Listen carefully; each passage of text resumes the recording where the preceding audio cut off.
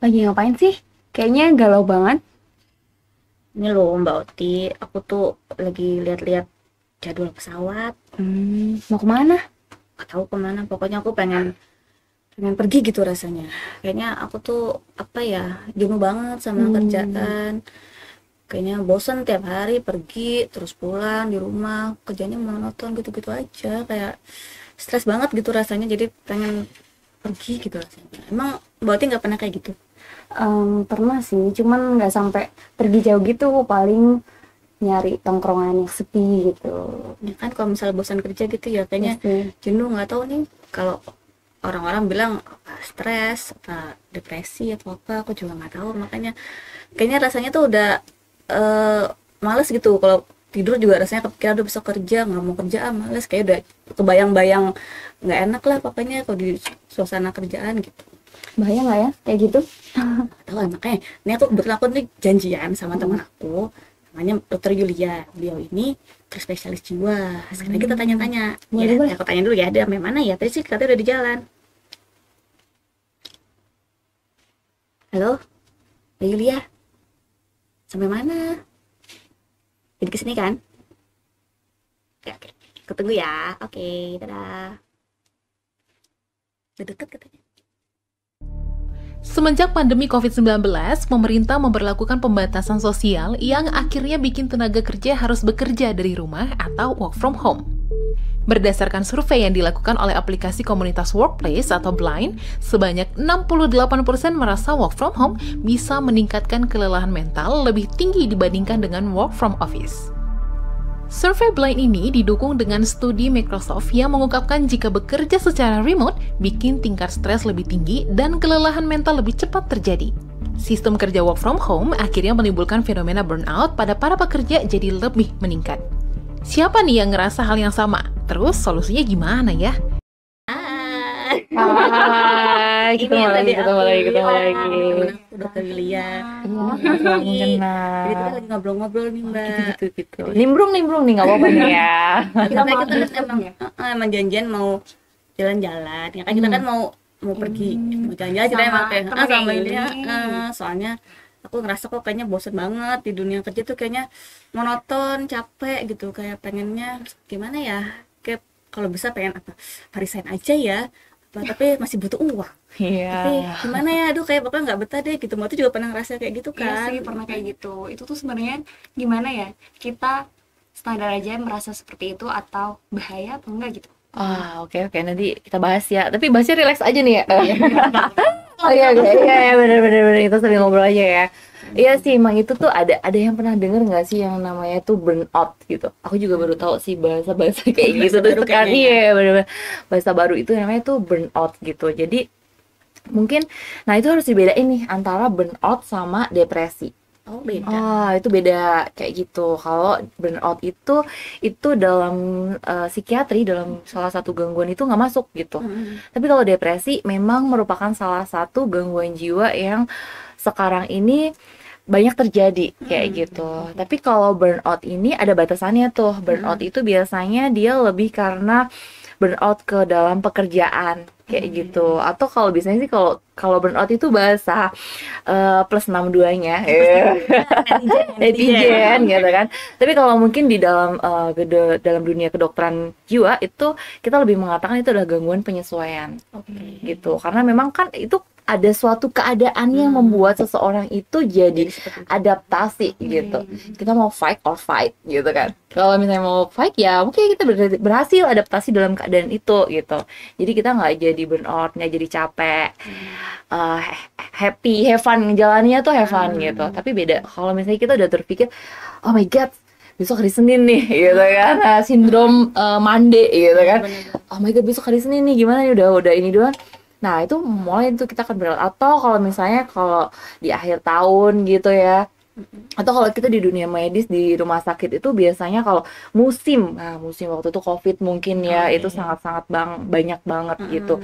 Atau mungkin musim lagi BRPN, batuk pilek kayak gitu kan, kita kan jadi banyak ini ya, banyak kerjaan kayak gitu kan, kita jadi aduh pikirannya udah banyak kerja kayak gitu. Itu hanya kita gimana kita menyesuaikan aja sih ya, anggap aja sih itu ada cara mengatasinya nanti. Cuman memang tiap orang itu beda-beda cara ngatasinya. Kayak Mbak Tari tadi bilang, aduh capek banget nih mau liburan aja deh kayak gitu. Mungkin Mbak Oti juga punya cara tersendiri gitu kan. Maunya menyendiri aja. Iya, menyendiri aja. Jauh sih. Harus jauh-jauh kayak gitu. Ya setiap orang punya cara sendiri-sendiri. Ketika kita punya cara sendiri itu bagus banget gitu. Bagusnya adalah ya udah berarti dia punya yang namanya stress release bahasa kekiniannya tuh. Kalau aku juga diajarin sama ini ya kalau muda. Stress release gitu. Jadi ketika ada sesuatu yang gak nyaman ya kita butuh me time kayak gitu ya kan, tapi beda-beda gitu kan. Iya gitu kan. Yang penting tetap yang positif ya, tetap positif, terus tetap bisa mengendalikan emosi dan pikirannya, perasaannya juga kayak gitu. Itu yang burnout. Ketika burnout itu dia nggak sampai mengganggu fungsi kita. Kita punya 4 fungsi loh. 1 pekerjaan, 2 sosialisasi, 3 waktu luang. Waktu luang tuh misalnya ya kayak kalau aku nih, aku sukanya nonton drakor. Jadi ketika ada waktu luang, aku kan nonton drakor gitu kan. Mungkin orang beda-beda ya, ada yang olahraga, ada yang naik gunung dan sebagainya.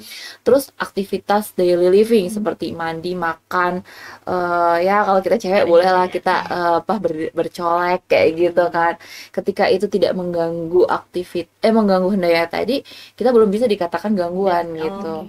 Tapi kalau burnout tuh biasanya itu nggak sampai ke gangguan itu sih, hanya dia energi, jadi males. Energi yang biasanya ada dia agak berkurang kayak gitu ya, kayak malas ngapa-ngapain gitu ya gitu. Beda sama depresi. Kalau depresi itu memang moodnya dia tuh sedih banget dan itu menetap dalam kurun waktu.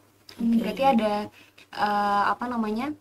jangka waktunya ya. Kalau depresi, kalau menurut gejala kita dia harus menetap dalam waktu 2 minggu gitu. Tapi kalau burnout itu kan langsung ada kerjaan langsung rasanya males, rasanya burn banget lah kayak gitu kan. Tapi kalau burnout dibiarin dalam waktu lama bisa jadi depresi? Bisa, karena burnout itu kan gangguan penyesuaian. Ketika tidak bisa menyesuaikan, kita akan masuk ke suatu gangguan.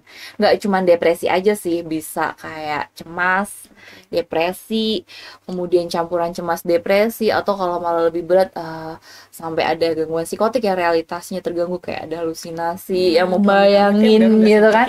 Cuman kalau burnout itu masih standar. Cuman ya itu sih sebenarnya kita bisa mengatasinya kayak gitu. Itu normal ya kalau misalnya orang ngalamin burnout tuh bisa ya, selama kita masih bisa mengatasinya dengan hal yang positif gitu ya. Ya, normal aja sih. Yang penting kita tahu self analysis kita. Oh, ini udah batas kemampuan kita tuh segini. Oh ya udah deh, oke, gue mau stop dulu bekerja, gue mau me time dulu sebentar. After this gue mau kerja lagi gitu. Nah, ngomong soal self analysis itu kan kadang orang suka karena sekarang banyak Google gampang ya bisa self diagnose gitu dengan self diagnose benar. Kadang-kadang itu benar kan suka salah ya. Kadang kan di Google kita ngetik satu gejala yang keluar kayaknya serem-serem gitu ya. Nah, itu gimana supaya kita tahu kita lagi burnout nih gitu. Ya, benar-benar. Ya kan kita harus tahu juga kan. Ya, benar-benar. Nah, ngomongin tadi self analysis self diagnosis ya. Mungkin sobat di sini pernah kita di sobat RSWN kita pernah bahas juga tentang self diagnosis ya, mungkin bisa buka-buka di video kita di Instagram juga, Instagram RSWN ya. Di situ ada juga tuh aku pernah bahas tentang self diagnosis. Itu memang beda antara self diagnosis dan self analysis. Yes. Kalau self diagnosis itu sudah benar-benar meyakini bahwa aduh gue depresi nih, aduh gue cemas nih, dok gue datang bipolar nih dok, kayak gitu. Itu udah kayak gitu banget gitu kan. Cuman kalau self analysis itu lebih ke arah, biasanya kalau aku kasih psikoterapi ke klien aku, itu kita mengenali diri kita, selfnya kita itu seperti apa. Oh, aku tuh ternyata rapuh loh di bagian ketemu mantan, mantan. di bagian mungkin kerja yang mungkin aku nggak bisa jadi public speaking, aku nggak bisa jadi yang presentasi kayak gitu. Aku ternyata bisanya di balik layar doang gitu kan. Kita tahu selfnya kita, batasan kita seperti itu, kita tahu itu self analysis. Jadi kita nggak ngediagnosis. Kalau diagnosis itu soal penyakit tertentu iya, gitu ya. aku bipolar nih, lagi booming bipolar kemarin ya. Aku bipolar nih, aku BPD nih gitu-gitu. Nunjukin sendiri sama gejala Iya, sendiri ya, betul nggak bisa ya. Berarti apa kalau aja diagnosis tuh baiknya ke langsung ke Langsung ke dokter Nah, gitu ya. boleh ke psikolog, boleh ke psikiater. Nanti kita bisa bantu untuk menganalisis. Kemudian mungkin kalau memang ada diagnosis, kita akan mendiagnosis gitu. Itu balik lagi ke masalah burnout tadi. Yes. Kira-kira faktor-faktor apa aja yang mempengaruhi kita bisa jadi burnout nih gitu? Ya, faktornya banyak, multifaktor. Nggak bisa langsung satu. Gara-gara gue kerja di X, gue jadi seperti ini nih gitu kan. Nggak bisa gitu. Tetap aja itu banyak faktornya. Salah satunya adalah biologik dari diri kita sendiri gitu kan. Memang biologi kita, ada nggak sih genetik yang ada di tubuh kita untuk rentan terhadap mengalami gangguan jiwa gitu. Itu keturunan bisa? Bisa banget Kalau mama kita gitu. sering galau-galau gitu. Itu ada fenomena Yang juga. keturunan Iya, ada keturunan ya. Enggak kan biasanya kalau ingat gak sih kalau misalnya ke dokter gitu kan, lagi di anamnesis ditanyain di keluarganya ada yang sakit seperti ini enggak gitu kan. Nah, itu kita mau nyingkirin memang genetik. Buat apa? Terus buat apa dok saya tahu seperti itu? Buat apa saya tahu ya? Taunya adalah kita jadi tahu self diri kita tuh, oke, ternyata aku memang ada keturunan untuk kerapuan. Kayak misalnya deh, orang keturunan hipertensi, dia akan juga bisa mengalami hipertensi. Nah, nanti Mbak Oki akan muncul nih. Nanti jadi pola makannya, ya kan, lifestyle-nya. Ini Mbak Oki yang bisa bantu gitu ya. Nah, itu jadi seperti itu. Sama kayak misalnya mental health juga seperti itu, psikis juga seperti itu. Ada genetik yang bisa menurun kayak gitu. Terus psikologiknya, psikososialnya dia memang dia terbentuk dalam pola asuh dan sebagainya, dia terbentuk suatu kepribadian. Nah, kepribadian ini dia biasa nggak sih menggunakan, jadi gini, kita ketika ada suatu kejadian yang suatu kejadian, kita akan mengeluarkan mekanisme pertahanan jiwa kita. Beda-beda kan. Ada yang pernah dengar nggak sih, dia kalau saya lagi banyak kerjaan, ini kerjaan buat kamu, langsung emosi, kok bisa sih gini ya gitu kan. Tapi ada juga yang misalnya cuman kalem, cuman diem, tapi ternyata di belakang nangis gitu kan, nanti menangis gitu. Itu beda-beda. Nah, itu yang membuat seseorang itu berat ringannya nanti mengalami burnout gitu. Ya, selanjutnya adalah lingkungan. Tapi lingkungan itu seberat apapun lingkungan, kalau kitanya bisa fight, kita pasti bisa melewatin itu. Ya kan? Lingkungan sosial juga gitu. Kayak dulu misalnya kita punya kelompok nih, kita kenal kelompok, terus habis itu kelompok kita itu kerjanya tuh emang berat banget. Tapi kalau support system kita bagus, teman-teman kita nge-support, ya talk less do more, sama-sama talk less do more gitu kan, itu kan jadi kerjaan ringan. Dibandingkan mungkin suatu kelompok sebenarnya kerjanya ringan, tapi ada trouble person gitu kan, ada seseorang yang membuat kerjaan ini jadi makin berat, itu akan makin berat. Support system penting banget ya. Ya, support system pasti kan kalau kita kelompok tuh lihat dulu nih temennya nih. Bukan milih-milih ya sebenarnya, kayak boleh dulu Nih kayaknya bisa nggak ya? iya betul. Tapi kadang-kadang kita kalau lihat di medsos gitu, lihat teman kita, padahal mungkin kerjanya sama gitu ya, cuman kok dia enak banget, dia bisa healing kesini gitu, terus kita jadi merasa kita tuh kerjanya berat gitu. Banding-bandingkan. Itu juga bisa jadi ini ya, pemicu. Bisa banget. Itu berarti kepribadian. Ada pepatah, rumput tetangga lebih hijau. Karena sintetis. Karena palsu. Pinter-pinternya kita aja sih. Sebenarnya itu kan, saya selalu bilang sih sama pasien aku, sebenarnya masalah tuh dari mana sih asalnya? Dari diri kita sendiri sih dok. Nah gitu. Jadi semuanya itu ketika kita bisa fight di jalannya kita sendiri dan kita bisa enjoy, apalagi di media sosial, kita cuma ngeliatin yang seneng-seneng, kita nangisnya nggak diliatin kan juga bisa aja gitu kan. Memang jadinya saya selalu bilang, udahlah kalau misalnya lagi burnout, jangan toksik, jangan banyak sosial media, itu bisa toksik dan itu bikin jelek-jelekin pikiran kita sendiri gitu, yang kita jadi nggak bisa bersyukur dengan diri kita, cuma ngelihatnya baik-baik aja, padahal kan nggak ada gitu, jalan tuh akan bergerunjal gitu. Jalan tol aja tetap ini ya, walaupun lurus gitu ya. Terus kalau burnout itu sebenarnya kayak kok kalau menurut saya kok kayak lebih gampang dialami oleh perempuan. Bener apa enggak? Kalau dialami oleh perempuan mungkin yang apa ya? Terungkap ya, terlihat gitu. Karena kan mungkin pada suka nge-status. Jadi mungkin pada status itu mungkin berdua. Tapi sebenarnya kalau misalnya di iniin sama aja sih. Mungkin kan kalau gender laki-laki dia punya mekanisme sendiri gitu kan. Kalau gitu Ada gengsinya. iya.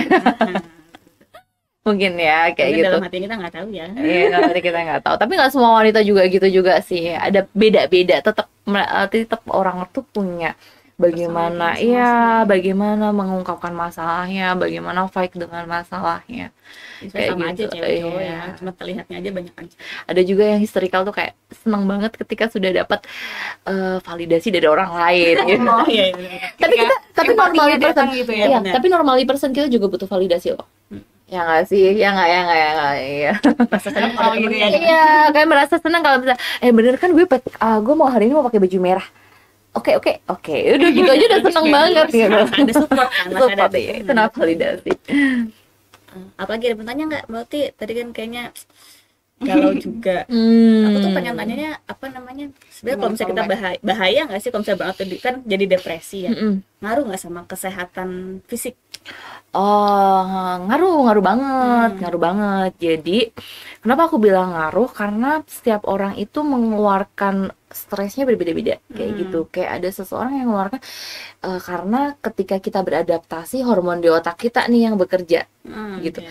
Emang sebenarnya jiwa itu nggak terlihat nyata ya, Iya. tapi itu secara biologik tuh ada gitu. Jadi ketika kita ada suatu keadaan, hormon di otak kita yang bekerja. Kalau misalnya dia nggak bisa beradaptasi, akan muncul keluhan-keluhan. Kalau keluhan kepikiran ya jadi perasaan mungkin jadinya moodnya depresi, cemas kayak gitu. Tapi bisa juga kekeluhan somatik itu namanya gitu. Karena kan di otak itu kan mempengaruhi organ-organ di tubuh kita, ya jantung, ya paru, ya lambung kayak gitu kan. Nah, itu nanti bisa berhubungan tuh. Aku selalu mengibaratkan kayak gini sama pasien aku. Otak itu garda listrik, organ tubuh kita itu rumah-rumah yang dialiri garda listrik. Ketika garda listriknya error, rumahnya error nggak? Muncullah tuh keluhan fisik, yang nyeri perut, yang ini. Iya bener-bener. Iya, Ini juga kan? pasien yang sebenarnya sakitnya apa gitu kan. Iya, nggak spesifik ya. Ternyata- Biasanya shopping dokter dulu gitu. Terakhir gue dokternya ke psikiater. Pas dicek-cek semuanya bagus semua Iya. ya kan. Ternyata emang semua di pikiran tuh ngaruh banget. Ngaruh Apalagi banget. yang sampai nggak nafsu makan berhari-hari Iya, gitu ya. bener. Nafsu makan berhari-hari, ujung-ujungnya ke lambung kan. Lambungnya iya. juga sakit. Jadi memang Berkesinambungan. Oke. Ya emang berarti emang ini ya harus intinya kita harus bisa menganalisis diri kita ya. Iya. Seberapa kuatkah diri kita kan supaya nggak burnout itu caranya gimana supaya kita tahu gitu kan, misalnya kita nggak kuat nih dengan beban kerja seperti ini gitu ya, kita ada kayak gitu nggak? Jadi apalagi misalnya kita burnout itu hanya untuk kerjaan atau bisa untuk masalah yang lain? Bisa untuk masalah yang lain, tapi kebanyakan itu di masalah pekerjaan sih. Ini sering itu ya. Mungkin yang sering kita temui sehari-hari gitu. Ketemu saya Kerjaan gitu. biasanya gitu ya. Oke, berarti mungkin cuti salah satu cara untuk iya benar nggak sih? Boleh. Tapi kalau pindah, Cara nah ini nih banyak Gimana, banget nih gimana? kasus-kasus yang misalnya udah deh gue pindah aja deh, gue pindah aja Iya. deh, pindah aja deh, ya resign aja gitu. Bosenan gitu. Iya, terus Asia selalu mengatakan kamu pindah itu bisa menjanjikan nggak di pekerjaan kamu yang baru nanti kamu bisa nyaman gitu. nggak ada yang bisa kayak gitu. Saya sama aja ya, atau mungkin malah lebih Nggak jelek ada ya. yang bisa menjanjikan. Ya, semuanya sebenarnya sama ya, tapi bagaimana sih kita fight aja gitu loh. Bagaimana kita bisa mengenali lingkungan kita. Oh, ternyata ngadepin si X, ngadepin kerjaan yang lagi numpuk, itu siasatnya ya udah kita kerja kan kita juga ada SOP-nya kan. Sudahlah gini. Paling susah lagi tuh biasanya tuh burnout itu banyak terjadi sama orang yang punya bukan gangguan kepribadian, punya kepribadian perfeksionis. Ya kan kalau udah perfect itu kan kalau udah nggak ngerjain ini tuh kayak rasanya gimana sih gitu. Jadi temennya juga salah, Tergantung pekerjaannya juga salah, partnernya atasannya juga salah, bawahnya juga salah. Padahal sebenarnya yang bikin masalah itu sendiri siapa? Dia. Sendiri. Iya. Ya tapi ada bagusnya sih, Iya. saya selalu bilang, maksudnya kepribadian seseorang mau cemas, mau depresi, mau perfeksionis itu sama aja, ada menguntungkan dan ada merugikannya. Tapi bagaimana kita mengolah kerugian itu bisa jadi keuntungan, dan keuntungan itu menutupin kekurangan kita gitu. Kayak yang apa namanya, kerjakan terus Iya, pulang aja iya, gitu. udah lah ya, kerjakan seininya, sesuai SOP-nya, sesuai dengan job desk-nya. Kalau bisa bantu temen ya dibantu. Kalau memang ini ya sudah, memang itu batasan dia gitu. Nggak usah kepo-kepo bantuin. Ya bantuin boleh sih, cuman kayak kita punya batasan Semampunya juga aja ya. loh. Iya, kayak gitu. Kerjasama kayak gitu. Intinya sih kita kerjasama gitu. Oke. Terus apa lagi? Gimana? Jadi pergi. Jadi dong. Supaya nggak burn out atau depresi gimana, ya kan? Gimana? Self reward sih biasanya kayak gitu. Udah, saya selalu bilang udah kasih self reward buat diri kamu. Apa sih yang kamu suka, do it gitu. Kamu suka beli tas, do it gitu. Kamu suka pergi, kerjakan gitu. Karena kita beda-beda ya, aku nggak bisa nyuruh kamu sesuai dengan kebahagiaan aku ya kan. Kebahagiaan itu kan beda-beda. Cuman ya jangan sampai juga self rewardnya bikin masalah baru. Nanti Mas, ya, self rewardnya dari iya, besar pasak utang dulu daripada nih. pengeluaran nanti ya kayak gitu.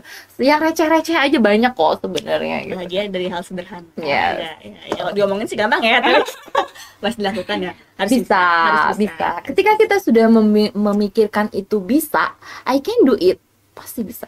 Tapi kalau kita sudah berpikir nggak bisa nih, nggak bisa ya, ya. gitu ya. Kayak misalnya kita lupain mantan nih ya. Lupain mantan kalau pertama udah bilang aduh gue nggak bisa lupa, pasti di paling depan tuh nggak akan lupa. Tapi kalau dijalanin aja, dialihkan dengan hal-hal yang kita suka, nggak apa-apa kan.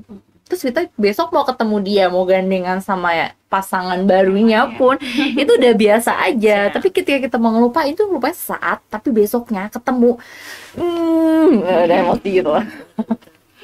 Ya, masih susah gampang sih ya, tapi pasti bisa, harus yakin. Harus ya kan? yakin, bisa. Berarti nggak masalah kan kalau misalnya kita memang ya itu tadi yang healing lah, self reward itu kan Boleh sesuai dengan kemampuan kita. iya. Tadi kita di sini gini, ternyata self rewardnya healing, beli kemana belum tentu orang bisa sama kita juga kan. Nanti kasihan dia mereka. Beda-beda sih. Sesuaikan aja dengan apa yang dia suka, apa yang mampu laksana kayak gitu. Itu jadi burnout itu lebih tepatnya bisa dialami oleh semua orang kayak gitu, entah wanita, perempuan, laki-laki, kayak miskin gitu kan, pekerjaan yang mungkin pakai otot dan pakai pikiran kayak gitu kan, jenis pekerjaan beda-beda, itu semuanya bisa mengalami hal tersebut. Tapi bagaimana kita bisa mengolah itu agar kita bisa fight dan kita tidak sampai jatuh ke suatu gangguan. Dan tadi dibilang sama Mbak Tari, jangan sampai juga kita self diagnosis kayak gitu. Bagusnya sih kita bisa self analisis, kita juga sudah tahu bagaimana sih diri kita ini sebenarnya. Kemudian ternyata aku tuh orangnya sensitif loh kayak gitu. Mungkin nanti dia akan membawa dirinya ke suatu keadaan yang memang agak sensitif banget, dia sudah mulai agak mundur. Tapi ketika nggak ada sensitif, dia bisa show up lagi gitu. Karena itu semuanya sebenarnya kalau kita nggak bisa kita juga bisa jadi kurang percaya diri gitu. Ya kan, kalau udah burnout kayak gitu udah minder banget gitu, malas ngapa-ngapain jadi minder. Yang sebenarnya mungkin dia bisa gitu, jadi mungkin dia tidak, nggak deh aku nggak bisa gitu. Padahal sebenarnya karena kognitif dia terganggu dari tadi kurang percayanya dirinya dia, cemasnya dia gitu. Kayak Mbak Okti nih yang biasanya talenta menyanyinya keluar gitu kan. Nah mungkin kita nanti bisa dengerin sedikit kali ya. Itu bisa request. Request, oke. Boleh loh gitu kan. Itu nah ini nih dibilang jangan dia lagi burn out nih. Gak pede. Ya pede gitu ketemu sama kita nih. Iya gitu, jadi kayak nggak percaya diri, nggak mau lagi, ya minder. Padahal sebenarnya dengan talenta dia yang bisa nyanyi, karena tadi dia nggak percaya diri, jadi mengurangin mungkin reward dia pas bekerja gitu kan, kita kan punya reward sendiri-sendiri ya di tempat kerja masing-masing kayak gitu kan. Dia mungkin lebih bisa berekspresi lebih banyak lagi, dia jadi karena nggak percaya diri dia jadi regresi, mundur gitu kan. Sayang banget ya kalau nggak dimanfaatkan talenta kita kayak gitu. Talenta orang tuh beda-beda. Mungkin kalau Mbak Oti itu lebih ke penyanyi gitu ya. Kalau misalnya mungkin Mbak Tari lebih ke public speaking gitu kan. Kalau aku apa ya? Apa nggak ada deh. Semuanya mungkin bisa. Semuanya bisa. Aku nggak, tapi nggak nyanyi ya, nggak nyanyi. Kalau itu aku nggak bisa false jadi. Tapi kan ada juga ya misalnya yang apa namanya, cara untuk self rewardnya senangnya makan gitu ya. Boleh. Misalkan aduh lagi stres makan gitu. Stres sama burnout tuh sama nggak sih sebenarnya? Stres itu kan Orang suatu seringnya- keadaan. Itu ada kata-katanya sih. Makanya aku Iya. kalau misalnya Perbedaan bahasa iya, aja perbedaan gitu. bahasa dan tiap orang itu mengerti bahasanya kan beda-beda ya. Jadi kalau misalnya kadang tuh kalau datang ke poli gitu ya, poli RSWN ya, jangan lupa datang ke poli aku di Poli RSWN, jiwa. ada Gatot Kaca dan Amarta. gitu. Gimana? Itu tadi ngomongnya sih lupa. Stres. Oh, stres. Nah, Nah, ya, ini kalau ada pasien yang datang klien yang datang kayak gitu, aku lebih selalu menanyakan, dok, saya lagi stresnya seperti apa gitu. Karena tuh sekarang banyak bahasa-bahasa baru ya, jadi kayak kita harus persamaan persepsi Ya, dulu betul. nih. Jangan sampai yang dia maksud stres itu adalah mungkin malah baru burnout, mungkin udah berat ke depresi kayak gitu. Ada juga yang bilang, dok, saya halu nih gitu kan. Lalu saya lagi jalan-jalan nih dok gitu kan. Aduh, banyak sebenarnya kan halusinasi di medis itu kan lebih ke gangguan persepsi gitu kan. Tapi akhirnya ini lebih dibilang halu itu lagi berfantasi, dia lagi di suatu tempat kayak gitu. Itu dia harus persamaan dulu sih, atau mungkin nanti Mbak Tari juga kalau misalnya ada yang cerita gitu kan, persamaan persepsi dulu deh, karena bahasa sekarang itu banyak kayak itu. Salah satunya burnout ini sih. Tapi aku appreciate dengan warga plus 62 warga Indonesia sekarang ini, karena dulu itu mental health psikis itu sangat-sangat masih tabu gitu kan, sangat-sangat belum mauin. Tapi akhir-akhir ini dengan mental issue gitu kan, health issue gitu, mental Banyak health yang ini banyak yang aware lah ya. aware kayak itu gitu. bahkan jadi yang self diagnosis itu jadi tahunya ya. Iya, jadi memang itu Nah, tadi kalau tadi sih. balik ke soal makanan kan berarti kan gizi nih. Nah, gimana?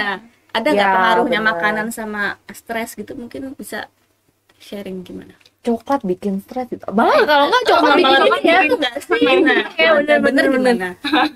Mungkin itu. Biasanya kan kalau orang apa stres gitu kan, Hmm.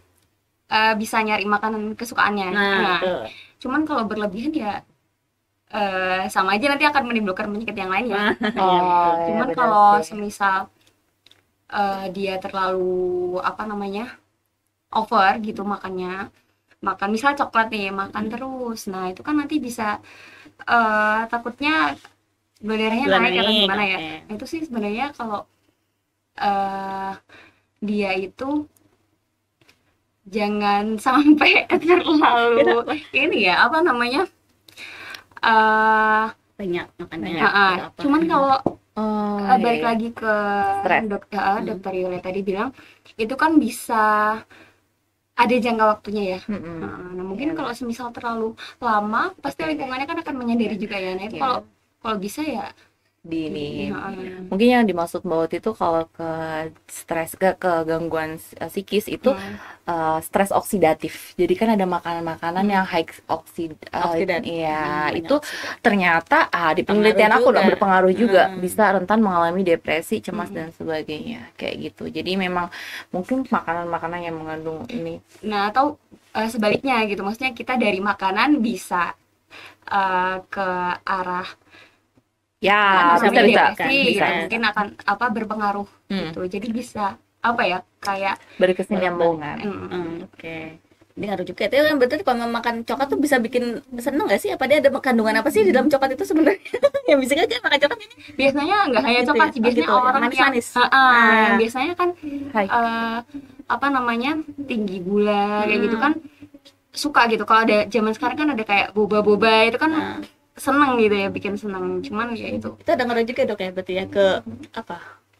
Mau makan manis kayaknya senang gitu ya. Mungkin itu ke peningkatan glukosanya kali ya. Peningkatan glukosanya itu yang mungkin bisa mempengaruhi hormon neurotransmitter yang ada di otak kayak gitu, akhirnya mood ini. Tapi nggak langsung jadi itu penyebabnya, itu enggak sih, tetap ada.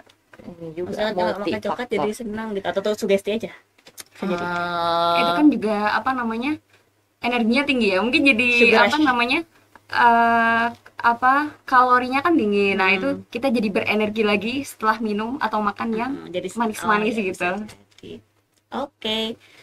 Nah, sekarang gimana kalau menurut Dokter Yulia nih ke sobat RSWN yang di rumah? Gimana cara kita supaya kita terhindar lah dari burnout itu, ataupun yang sudah mengalami bisa cepet selesai lah burnoutnya supaya nggak berkesinambungan jadi penyakit-penyakit yang lain. Ada yang bisa disampaikan nggak ke sobat Oke, RSWN? untuk sobat RSWN, kalau yang bisa aku sampaikan sih, kita tetap ya tadi memang kita akan bisa udah masuk ke dalam suatu keadaan yang membuat kita harus beradaptasi. Ketika kita nggak bisa fight, itu muncul gejalanya itu macam-macam. Dan ketika itu sudah mengganggu tadi 4 fungsi peran yang sudah kita sebutkan, silakan untuk berkonsultasi lebih lanjut kayak gitu. Nah, boleh loh konsultasi ke RSWN. Di RSWN kita sudah ada layanan setiap hari dari Senin sampai hari Jumat, bahkan Sabtu juga ada. Kita punya psikiater, kita punya psikolog yang nanti bisa membantu sobat RSWN itu untuk mengenali apa yang terjadi pada dirinya. Jangan sampai terjadi self diagnosis gitu. Jadi emang jangan ragu, jangan takut untuk konsultasi ya. Ya, Konsultasi, jangan karena ragu, jangan takut, jangan sungkan. kalau dokternya Malu cantik, kadang ya, baik aku. Aduh. Kadang malu datang ke Dokter ini jiwa kan, ya. Iya, juga stigmatik gitu. ya. Tapi alhamdulillah sekarang itu sudah nggak banyak ini sih. Cuman ya walaupun nanti, dok, nanti di dalam di luar ini ya. Oke, siap. Kita kan profesional ya. Ya. Tetap aja kita akan menjaga rahasiaan dari pasien seperti itu. Nggak usah takut datang ke RSWN di Polijiwa di Amarta. Amarta dan Gatot Kaca. Setiap hari ada ya dok ya. Setiap hari ada Oke. psikiater dan psikolognya juga. Lengkap pokoknya kalau di Ya. RSWN. Kita kan Oh, program iya. baru nih tentang wanita. Siap. Tagline-nya gini, dokter ikutin ya. Ceritakan ceritamu tentang wanita. Oke, bareng-bareng ya. Tentang wanita. Ceritakan ceritamu tentang wanita. Sampai jumpa di tentang wanita berikutnya. Dadah.